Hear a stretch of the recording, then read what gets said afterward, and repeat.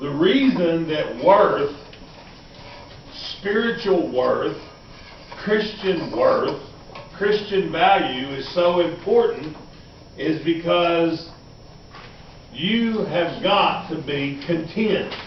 You've got to be content. If you're not content, you're never going to be satisfied.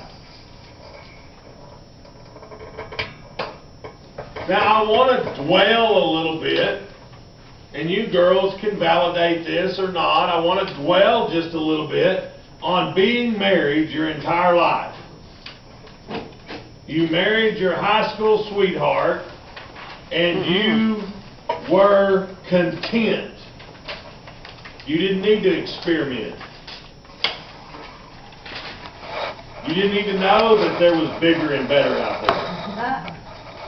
Right? But as society changed, and then people began to test drive, they began to try the milk before they bought the cow, then we had a comparison, didn't we? We had a comparison. We compared roast beef to ribeye steak. And roast beef is just never as tender as ribeye steak. And so we had a comparison. Now we've talked about the Industrial Revolution and how the Industrial Revolution helped destroy contentment in society. But prior to the vehicle, prior to the Model A, prior to the horseless carriage, it took you a week to get from Dumas to Amarillo.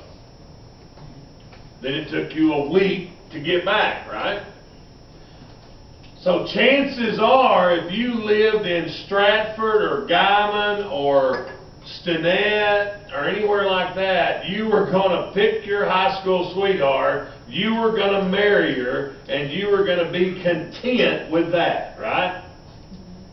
And then came the vehicle. Then came the Industrial Revolution and mobility. And so high school little boys, they got to go to Amarillo and Borger and Pampa and Canadian, and so no longer were they content with the little cockeyed girl from Stinnett. Now you can just get on the internet and order a new one. Okay? And the same way with the girls, they were not happy anymore with their hair lift prom date from Stratford. They went shopping in Dalhart. So you were no longer content. The same is true as we follow it when we introduce trains, when we introduced planes.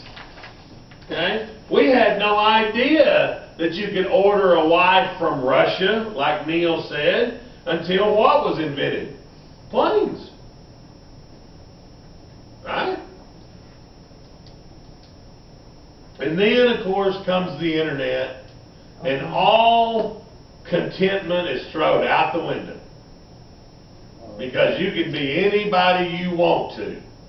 Talk about like that eHarmony crap. You can be anybody you want. I have a wonderful friend of mine who married an eHarmony guy, and while they were married, he'd got a new eHarmony account, and his wedding picture from their wedding was his picture on the eHarmony account. Wow. Well, that with was her cut out. Is he Mormon? Is he Mormon? No, he's more, but not Mormon. Doesn't sound very harmonious to me. I know. Okay? But then we have this whole mental thing about being, what are we really when we do something like that? We're discontent. We think that we can squeeze happiness the tighter we squeeze life. And that's not the way it works. It's not the way it works.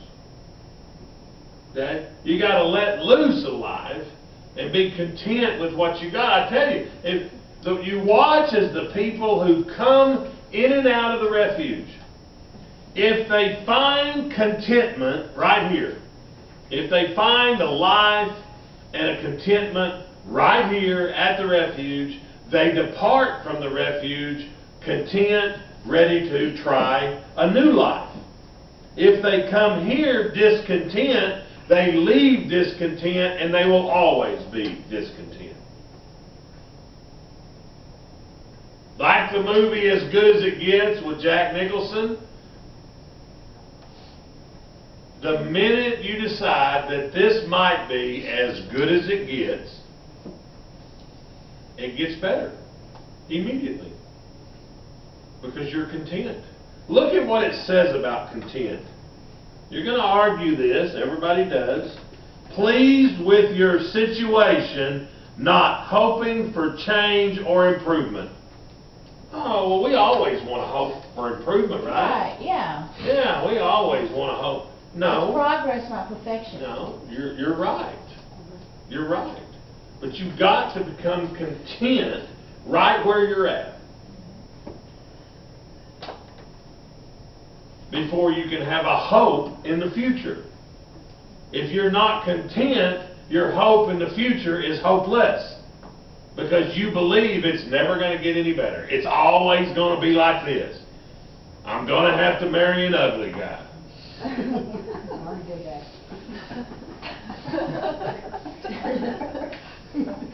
And then it's only that hairlip guy from high school. You see what I'm talking about? Maybe the hairlip guy's destined to become a millionaire. Maybe he's going to work harder, and maybe he won't cheat on you because his hairlip. Right? But you marry the pretty guy. That's why I talk to you all the time about, would you honestly marry someone substantially better looking than you? Bring a lot of anxiety. Why would you do that? I mean, if you had the opportunity, why would you marry Megan Fox? Why? Well, I mean, why? What do you have she wants? Nothing. You're a fling. Or a ding-a-ling. If you really believe that they're capable of love. You follow me? That's why it's so important for you to focus on Christ and not focus on a him or a her, and begin, and it's perfectly all right to think about, yeah, one of these days I'll get married. Okay, it's not real good to go through the Cosmopolitan or the GQ books and cut him out. Post him on a poster board. Okay, you're discontent. We all like watching the reality shows. I like Pimp My Ride and Cribs, Housewives. all that. No, I don't do Housewives. I don't care about Housewives. Okay, I'm more about at the extravagant things they have. Okay, and that excludes the female species. Okay, the extravagant things they have. 300 cars. What? You have a 12-car garage, or better yet, a hangar for a garage with 6 airplanes in it. Yeah. Your own island. That's just what I need. Right? And then you've got a marriage that lasts 4 to 6 years at a time. 5 kids from 5 different women. Houses on both coasts. I mean, come on. If you could, would you really live in an 80-room mansion? No.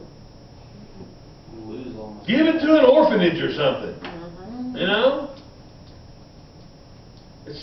I mean, come on. So when we're looking and you say, And I want to roll this into it. I want to roll this little job opportunity. You know, when you're looking at a job, Kentucky Fried Chicken, McDonald's, Swift, whatever, and you're looking at $7.75 an hour times 40 hours a week, $288 a week. Take out 20% for taxes. Okay, you end up with $213 a week. Oh man, that won't. And then you say, well, I'll just stay at the refuge. I'll just become content with life. I'll start putting half of that in savings. And I'll start a savings account, put half of it in savings. And I'll take care of my other obligations. And then I'll see what God has in store for me. I'll just get content with that. But as long as you're out there dreaming of a dream that $218 won't pay for, you're never going to be content. You're never going to make it there.